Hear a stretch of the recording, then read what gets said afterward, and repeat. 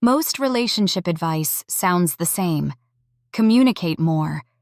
Be vulnerable. Meet each other halfway. And those things matter. But they don't explain why two reasonable, self-aware people can still produce friction that neither of them fully understands. That's not a character problem. That's a structural one, and that's exactly what Synastry is built to read.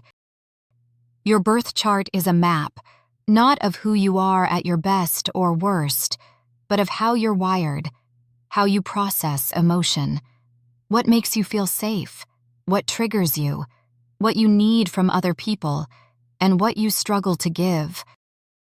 When you meet someone, their chart and yours start interacting, and Synastry is the practice of actually looking at that interaction, not in a vague, "are you compatible" sense. More specifically than that, it reads where two people's wiring connects cleanly and where it creates drag, where the patterns reinforce each other, and where they collide in ways that are confusing precisely because both people are doing exactly what comes naturally to them. That's often the hardest kind of friction to navigate, because no one is doing anything wrong. The value of Synastry isn't a verdict. It's not going to tell you this relationship is good or this one is doomed. What it gives you is something more useful. A precise description of what's actually happening between two people. First, it works as a diagnostic. That recurring argument you keep having, Synastry, can often tell you what it's actually about, whether it's a clash in how two people process emotion, or a difference in how they experience security, or something neither person has ever consciously named. Second, it works as a translation tool.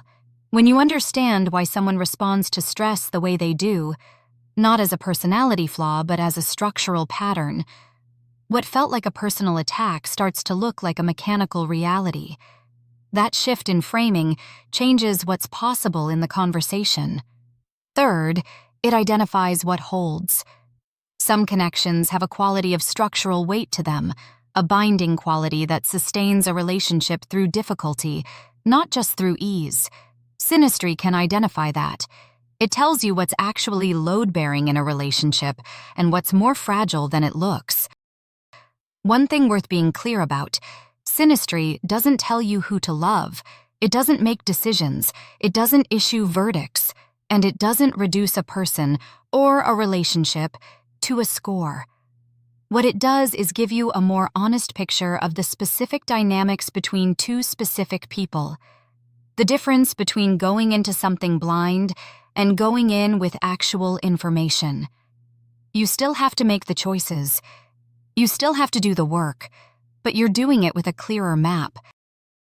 This channel goes deep into exactly that map. If you want to understand what actually drives attraction, what creates lasting bonds, what generates recurring friction, and why, the Synastry series is where to start.